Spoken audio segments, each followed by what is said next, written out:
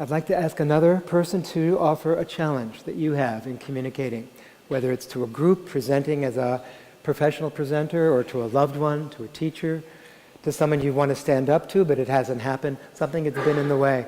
Even someone who writes books who knows that he has a voice, but perhaps hasn't shared it as much in public as possible. Children's books. Charlie. Caught me unaware. Tell us about your writing children's books and where you are about having your voice come out more into the world. You want to make it a bit easier for you. We know you have a lot to say, and you're a great storyteller. Well, I'm really a child. What you're looking at is a big child. And I like looking at life through a child's point of view, because I find it refreshing, honest, spontaneous. Spontaneous is the best part of it all, and fresh. So when I write my children's book, I like to come from that point of view. I also do screenplays, and I like to come from that point of view when I do that as well. I try to be that kind of a human being, fresh, spontaneous, and fun as well. And where are you challenged? Even right now, standing in front of a group, where do you find there's something more I want to share, but I'm holding back, or I'm holding my... Yeah. There is something that holds me back, and that is I am fluent. I speak Pigeon primarily, Hawaiian Pigeon. That's my first language. And whenever I give a presentation, I have to think in English. I have to realize that I'm speaking to an audience that really doesn't understand Pigeon and probably doesn't even want to hear Pigeon, and wants to hear me say things in a way that they can understand, which is English, which is sometimes really difficult for me because I have to translate some of the things that I'm thinking in Pigeon, but I have to translate it into an English format so that you can understand me. It's not a struggle, but it's a challenge. And I have a house full of English-speaking people, including Gary, that when I have a conversation with them around the table, and Warren, I want to be sure that I can speak in a way that they can understand me rather than reverting to my native language, which is Pigeon. And, so can we see a demonstration of that? That is a challenge. Let's do that. You know, and people want me to do that for them, but it's not really easy until I have another Pigeon-speaking person that I'm speaking to. It's like French, you know. You don't want to give oh, here, this is French. Hey, bro. Hey, bro, hey.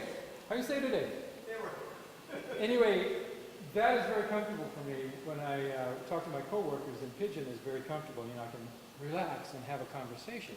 You speak Pigeon, Andre? Enough? Come up. Can you come up in the front? You have to be behind the camera? Okay, well, he can talk to you behind the camera. Let's do this. Let's have you have a conversation with Andre in Pigeon, but the same conversation that you want to share with someone else that's here in this room. So we go back and forth. Let's see what you do with this, all right? Okay, I'll do this in Pigeon. But before you do, we want to have you select another person for you to speak with so you can shift. Okay, yeah. Who would that be? Linda. Yep. Linda? Good to Linda. Translate, because I'm not speaking Pigeon. So that's right. So, And I don't understand everything. Oh, that's even more difficult. so we're going to see the shift take place. So here's what we're going to do so everybody else understands here, because not everybody here understands Pigeon. So just one sentence or two at a time, speaking to Andre in Pigeon, all right? And then shifting and speaking to Gundalinda the same in English. And let's just see what you do with this, okay? We'll go for a few sentences, and what we want to do is create an ease from you being able to go from one to the other that you've never had a chance to do before. So let's see what happens with this. Ready, go. To the cameraman. Oh man, I just found out something that I forgot, you know, and I feel really stupid because I forgot all about that. Okay, and now the same thing to Gundalinda as though it were just in English without the Pigeon. Let's see what happens. I just realized that I had a task to do that I had completely forgotten. Very interesting. Okay, let's do this a few times and see what comes of this, making it more exaggerated in Pigeon. And you know, the thing about Pigeon is there's a lot of gestures and a lot of exuberance in the language. Okay. And the thing that I forgot was I was supposed to give a Taro Patch tour on Thursday. Oh wait, I go, oh geez, I forgot that, and now I feel stupid. What I realized is I am going to be taking people down to the Taro Patches on Thursday and giving them a tour. And I feel really stupid that I forgot that I was to do that. And one last time, make it even more exaggerated in Pigeon, and then even more exaggerated So in if you English. guys would like to see Sour Patches with me Thursday, come along, 1:30, meet me at the deck, up at the cafeteria, and then we go. And in English. So if you would like to go on a Sour Patch tour with me on Thursday, meet me on the back deck of the cafeteria, and we'll all meander down to the Sour Patches. Beautiful. Thank you. Stay where you are. Thank you, Gundalinda. Very interesting. So what did you notice about that? Because one was animated and fun. It was full of character. You had your cartoon and bravado character up and out. It was really fun to watch you. Totally entertaining. Also easy to understand, by the way. I didn't find it hard to understand. But there was also a different kind of communication here. Without making one right and the other one wrong, without making one good and the other one bad, what insights did any one of you have that would be helpful for Charles, who's sitting here with a dilemma about Pigeon's my native language and I don't speak English as well? What feedback can you give that's supportive, constructive feedback for him?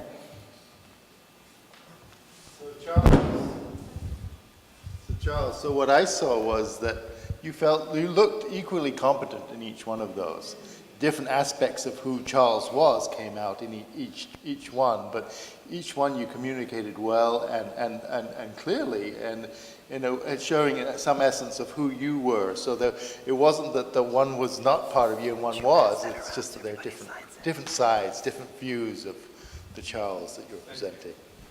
Thank you for that. Who else? What else? I saw a few more hands go up. Come up if you would. Yes, oh, Gundalinda. For yes. me, it was easy to understand, and it was more fun. When you spoke Pigeon, it was like, yes, I can understand. Why you're not talking directly to me like that? So, and I could see you're more alive, and I had playful fun with your. I want to be integrated in that language, not in the other one. I felt like when you talk to me, like I'm a really English lady who is really, I don't know, I don't want to be. Good. And that is a difference in the English language, is when you're speaking English, you're speaking English.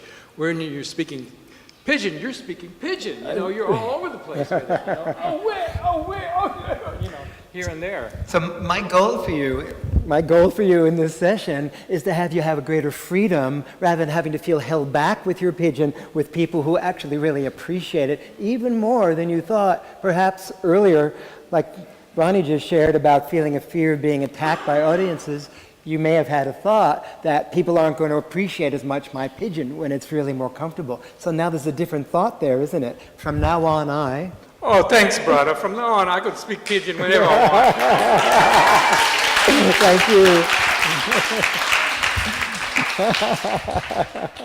Well done. Good, we're making some great progress here.